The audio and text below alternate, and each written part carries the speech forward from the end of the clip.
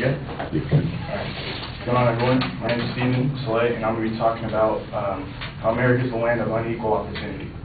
When the idea of having an equal opportunity and freedom in life comes to mind, many people's first thoughts are America.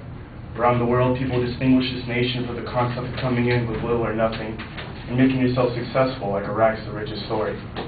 A main claim is that there are many established ways to American culture that make this country not so just by many factors a person cannot control. The main points that support this are a person's economic class, education, race, and gender. There are three distinct categories that break up the different economic classes of this nation. Everyone knows these by upper, middle, and lower class. Surprisingly, they are not divided equally and all play an equal influence in our lives. An article by the Cornell University Press in 2003 states that the wealthiest 1% of the American population holds 38% of the national wealth.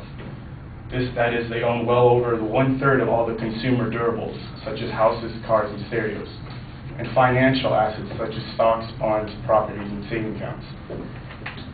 The richest 20% of the Americans hold 83% of the total household wealth in the country.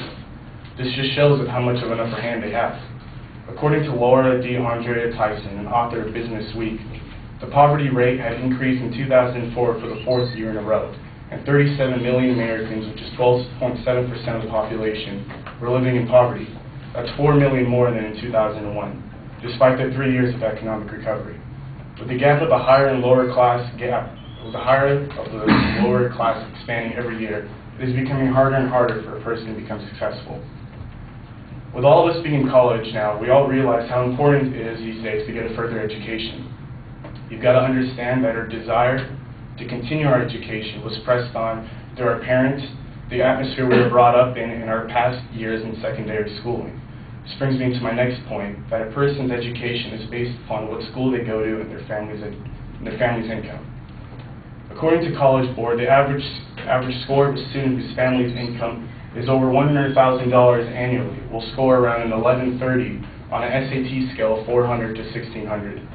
And a student whose family's income is less than $10,000 annually will score around an 871. Today, this still exists, except with some changes in order to help the lower scores of the population. A person's economic class brings different lifestyles with it. An example of this is a child born and raised in a higher class family will go to a private school. They will probably take theater, band, or an extracurricular activity and go on multiple summer vacations. Their high school graduation present is a BMW, and they don't have to worry about a thing in life because they basically have everything set and planned out for them. On the other hand, in the example of a child growing up in a lower class family will go to a large public high schools and have no extracurricular activities. They will start at a young age, they will start working at a young age, somewhere around the age of 16 as a dishwasher or work in a restaurant, in a fast food restaurant, or sometimes drop out of school to meet their financial needs. Mancios, a sub-author of Rereading America, Culture, Context for Critical Thinking and Writing, states that, even ignoring the extreme poles of the economic spectrum, we find enormous class differences in the lifestyles among the haves, the have-nots, and the have-littles. Class affects more than lifestyle and material well-being. It has a significant impact on our physical and mental well-being as well. With the chances of being poor in America rise, a lot has to do with race and gender. This brings me to my third point. According to an article in the New York Times, a white male or female has a 1 in 10 chance of being poor, while a Hispanic and black male or female has a 1 in 5 chance. Mancios also states, in other words, being female and being non-white are attributes in our society that increase the chances of poverty and lower class standing. Racism and sexism significantly compound the effects of class in society. Although that Thomas Jefferson once said that all men are created equal, this seems to be not the fact in this situation. For hundreds of years now, money and success have segregated people into separate social classes.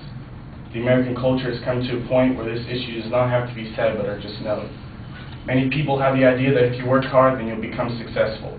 But a person's actions isn't always rewarded, and although this works out for a handful of people, this tends to be not true. I want to conclude this speech by recapping my thoughts. A person's opportunity in this nation are not equal and are based upon economic class, education, race, and gender. As people continue to believe that America is the land of equal opportunity, we all know that this is simply a myth. Thank you.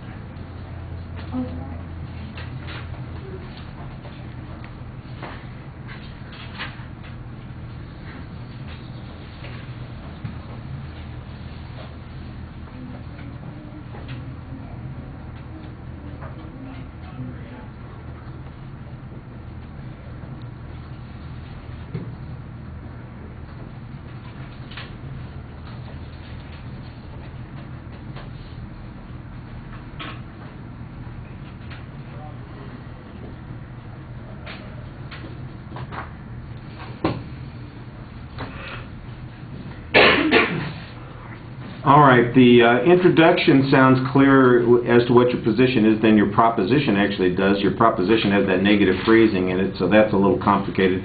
The secondary points in the preview are really just terms, they aren't claims. In the summary, I thought that you did provide some claims, so that straightens up the argument a little bit more. The controversy, I don't think there's much dispute that there is inequity. The question is the inequity inherent? Is it built in? Is it impossible to overcome? And I think that's where your dispute needs to be developed a little bit more.